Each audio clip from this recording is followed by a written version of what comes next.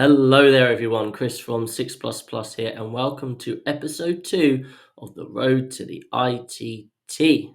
We, as a team, 6 Plus Plus, are chronicling our journey to this big international team tournament in February, and we're bringing you along for the ride. In episode 1, we spoke about how you could go about as a team choosing the players for your particular different squads, a luxury which we are fortunate to have because we have 3 teams going. In this episode, we're going to focus on something which is probably a bit more useful for many teams out there, which is how to go about choosing your 5 armies. Um, we're at the stage where we're discussing that at the moment.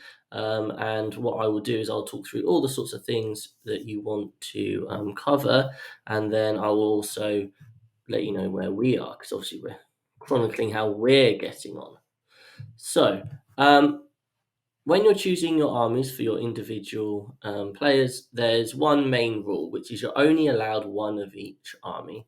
Okay, so you're allowed one Necron army, you're allowed one Eldari army. It's kind of based on the index cards. That's generally fine. The only thing you obviously have to pay attention to is some factions can take other factions. A big thing would be demons. So demons can obviously be snuck into Chaos Knights lists, into CSM lists. And so that's something that you need to be thinking about. For example, if you went down the approach, well, we want CSM or CK, but actually we think having demons makes those lists as good as possible. That means then you wouldn't be able to take demons as an actual army. So that's the main rule that you kind of need to be thinking about. I've kind of looked at 4 things here that I think you want to be considering. So we're going to talk about army availability and player experience. We're going to talk about the meta. We're going to talk about roles and responsibilities in terms of the actual pairings process. And then we're going to talk about the terrain setup. Army availability and player experience. Now, not all of us are very fortunate to have access to any of the armies out there. So, what you're going to have to do early on is decide, well, what armies are reasonable to take. We're not going to take the 27 armies out there. We haven't got that choice. We've got, let's say, 8-10 armies to choose from. So we've got to kind of shortlist down to what we would be potentially able to take. You have got the fact that you can, of course, borrow. That might well be borrow units. You're going as a team, maybe 2 or 3 of you collect Necrons. You can pull together your resources so that one of you gets to take 18 Wraiths, for example. So that is absolutely something. We're a team of over 20 players. We're taking 15 of us. There's going to be some players whose armies or units we can borrow. So it's definitely something to think about.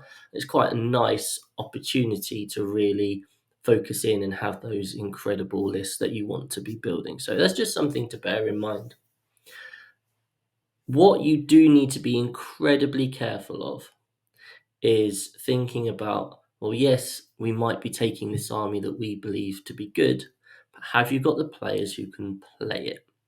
I can't stress enough how important having experience of playing the armies is. Having those reps into a variety of matchups plays a huge part in any sort of success that you will have. The world is full of players who think they are good at picking up a brand new army, and I'll be able to take this to an event and smash it out, no problem. It's generally not the case. There are very few players out there who can just pick up an army and go and win a GT or whatever with it. And actually, what you want to be doing is having players who have got experience with their particular army, not just because they can play the army well, they know the combos and that sort of thing, but also they know the matchups. And as we'll discuss down the line, knowing your matchups is incredibly important, as when you go through the pairings process, you know what enemies you want to be playing into and what you want to be avoiding. And that realistically only comes from having played the army. And you take on top of that the fact that you go into your matrix and you're trying to work out, or say I'm a 3 or a 4 in this matchup. And then when it comes to the pairings, the captain who's doing the pairings wants to know that, you said this is a 4, so this is a solid win. Cool. I know you're going to get that solid win. If you haven't played that matchup before, you don't know the army, and you go into it thinking, yeah, it's probably a win, and you go and lose, actually that massively affected the pairings and could well lose your team the entire round.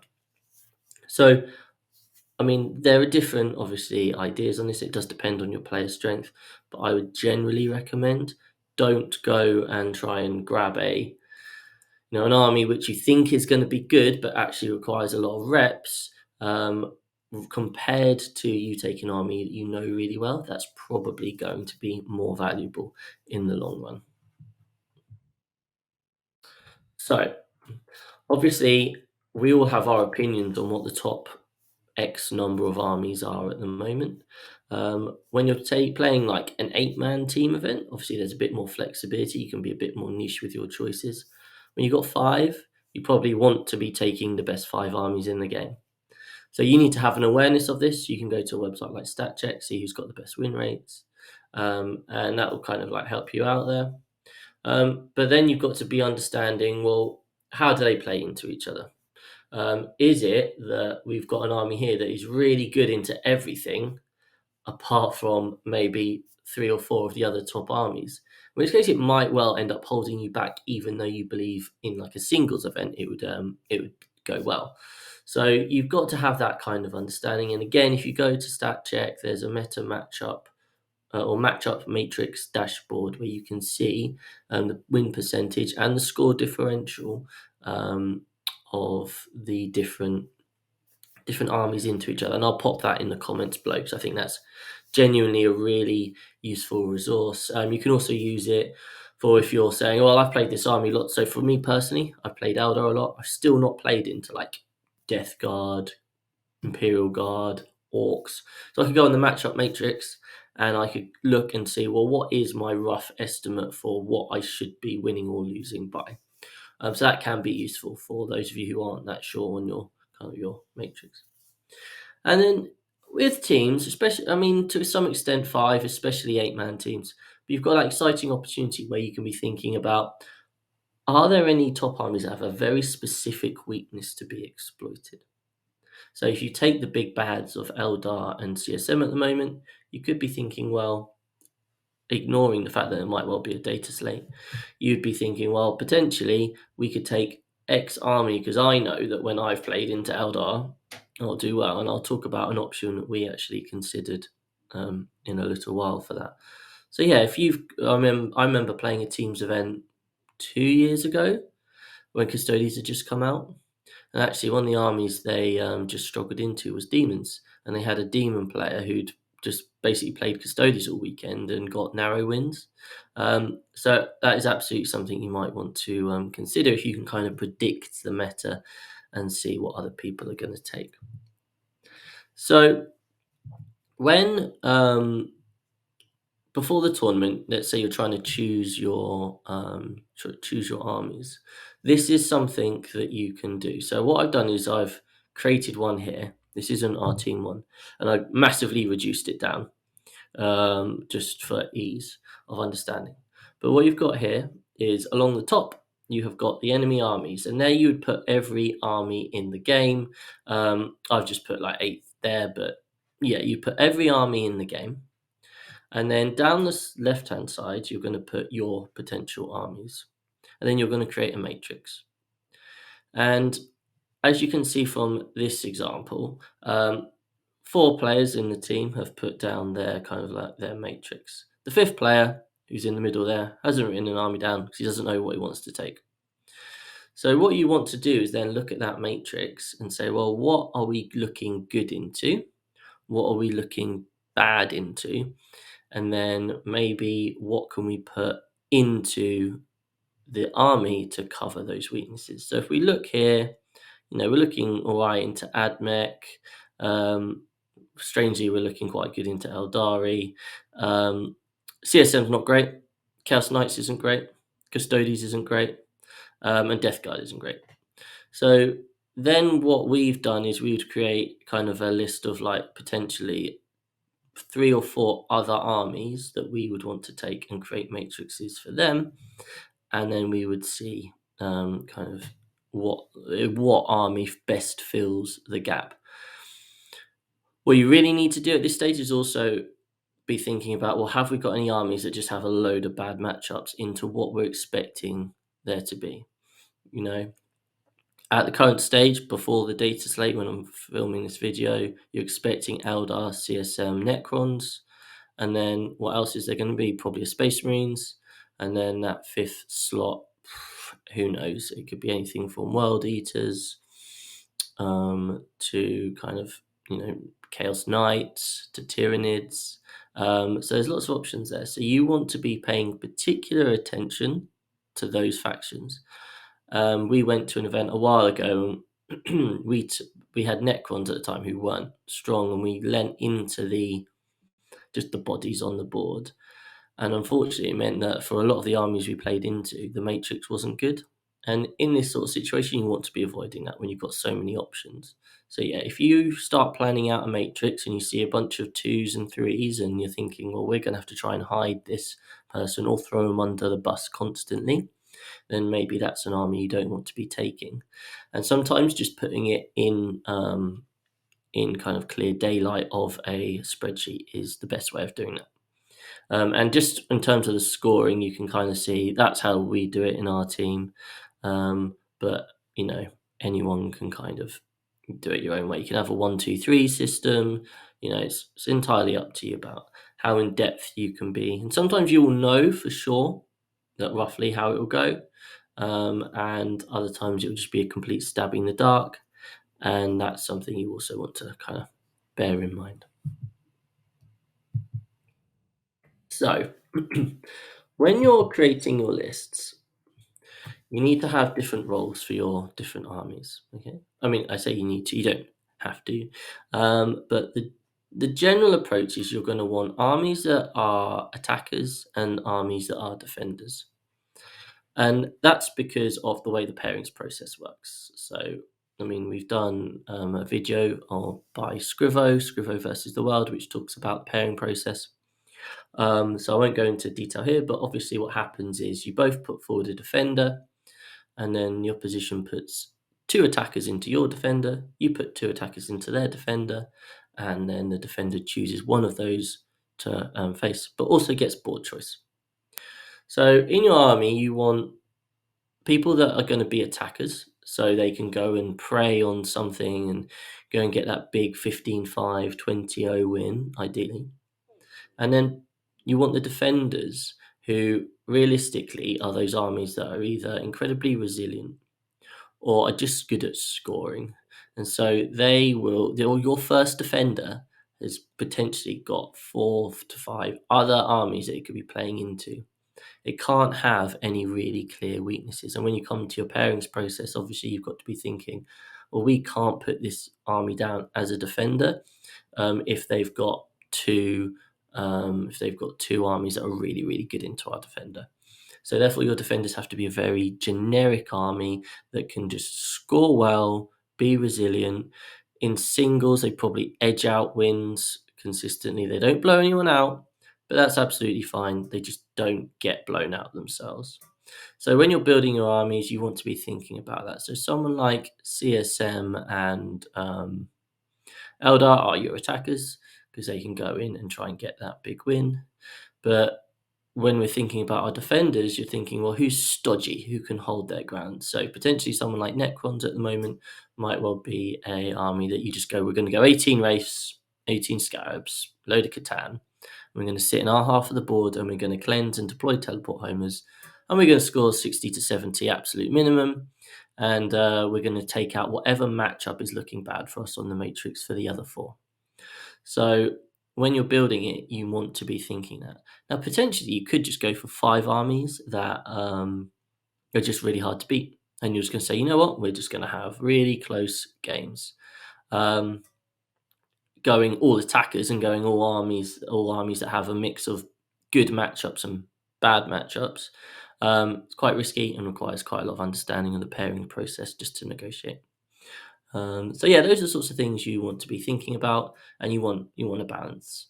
But specifically, you need to have an army that you can put down as first defender, and I'm about to explain why. Seamless segue there. So All different teams events have different terrain setups. You take something like the WTC, there's like 8 different boards. I've played in old UKTC events where every board was the same. In this particular situation for the ITT, we've got 1 light board, 1 medium board, and 3 standard boards. They've all got exactly the same amount of terrain. It's just the positioning of them is kind of like the crucial thing.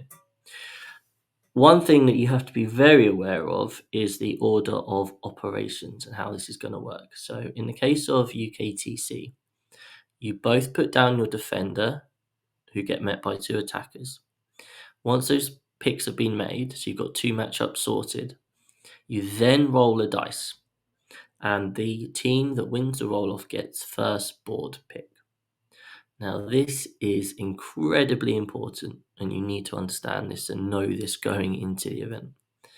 So, if you have an army, if you go, oh man, this army would love the heavy board.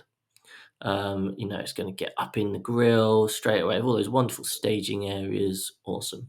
Put them down first, and then they have gambled and put a really shooty army down, and then you lose the roll off. Okay, suddenly your army that wants to be in the heavy board might be playing on the light board because you lost the roll off. Doesn't sound like a good idea. So we've now got this additional layer where you've got a first defender who has got to be able to play on any of the 3 boards and score well. So that's certainly something that has kind of thrown us a bit, and we're really trying to think about at the moment. And just as an example here, this is round 2. So you can see it's diagonal deployment, and you can see the difference in the map. So you've got your standard map there, which is the one we play at in all our singles events. Your no man's land home field objective in your top left is hopefully pretty safe. Your opponent's going to be attacking it from the middle and from their home L. You can't hold the middle objective from the middle. Then you look at the heavy map, and it's exactly the same. The only difference is you can now hold on to that middle objective from inside the ruin, which is kind of encouraging you to be thinking, well, maybe we want armies where I can get 2 or 3 models on that objective, but they're 2 or 3 OC. Okay, they're going to be up against that wall, so they can get charged. So maybe you want like a fights first unit there, and those sorts of things. If we then look at the light map, the main difference here is, of course, that home field objective top L is switched around. So now you don't have the long side of the L protecting you. You have got the short side. And on top of that, from home field no man's land objective to home field no man's land objective, you just get shot. So anything that goes into that L can just fire straight across the map. So this is now what you're thinking. Well, we need an army that can play on this light map. So is it, really resilient, stodgy models that can kind of sit in there, sit on the cover and just not die? Or maybe small, resilient OC models that can hide behind that L on the other side? Is it lone op? Lone op is obviously incredibly powerful. So Necrons, Canoptek Court have that strat, but maybe Eldar Wayleaper can just sit there and not get shot. So these are the sorts of things you want to be considering. I definitely recommend getting the terrain out and just setting it up and seeing what angles can be got, and does your army deploy well, and how would you hold these sorts of objectives, because it can definitely cause some issues if you're surprised when you get there. So yeah, linking with your attacker defender, then what we're really thinking is, wow, we really need something that can play on this light board and score consistently well. And that's going to be like the key thing there. It might well be that you choose to go really aggressive and be like, we're going to take lots of tanks. They're decent OC.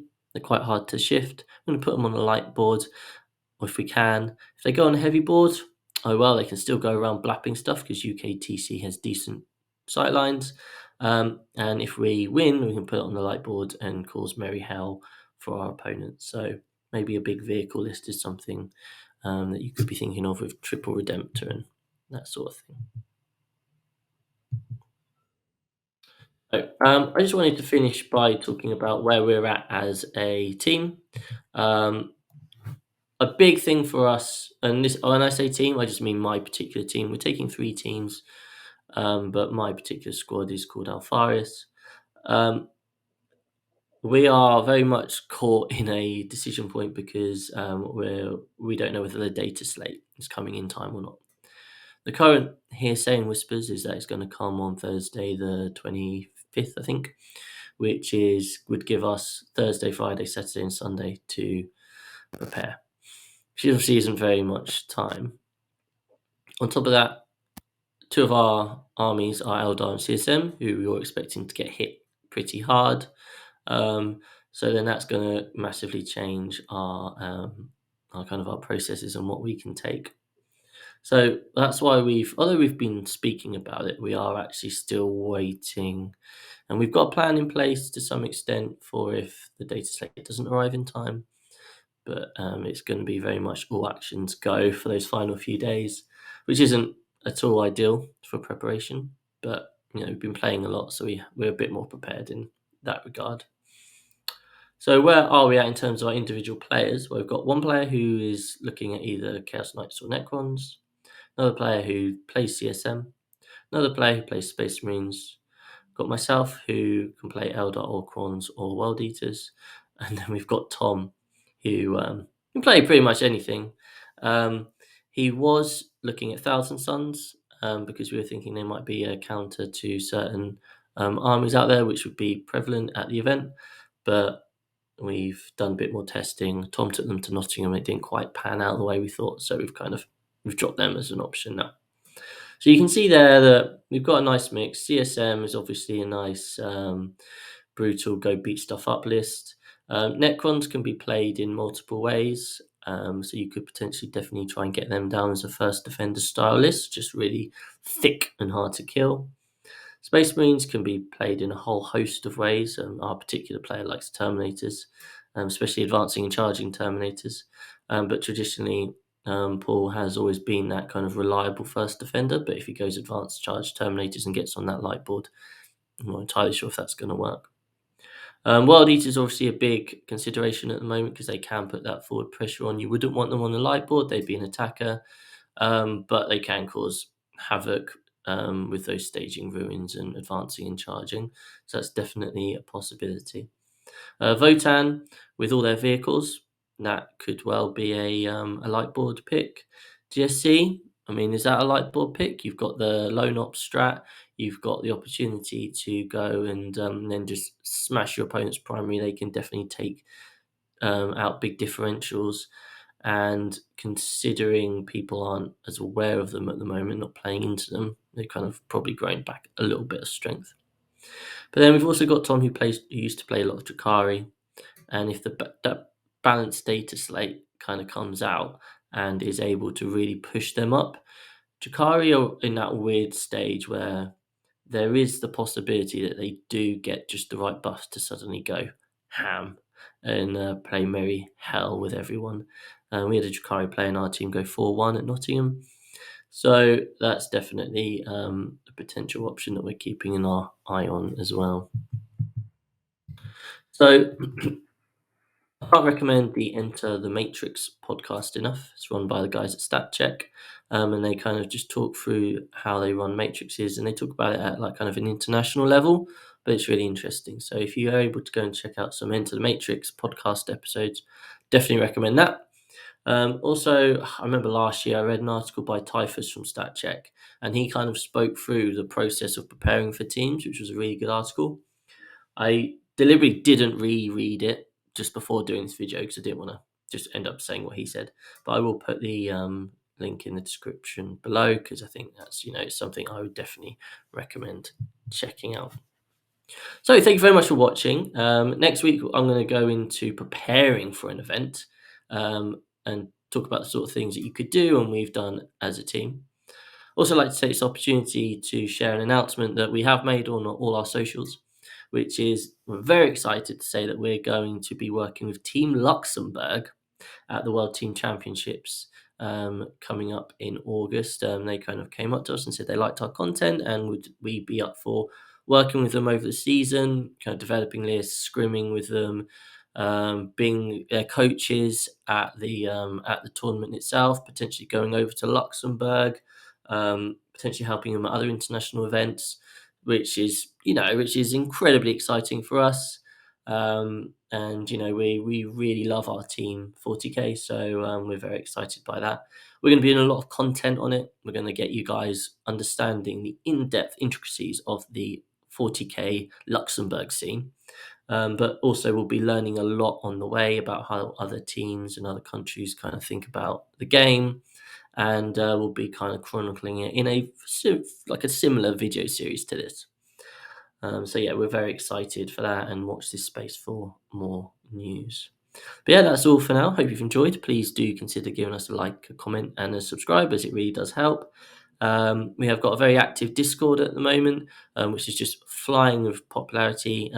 Well over 200 people in there now, chatting away about everything. So yeah, come check it out, and I'll see you again very soon. Take care.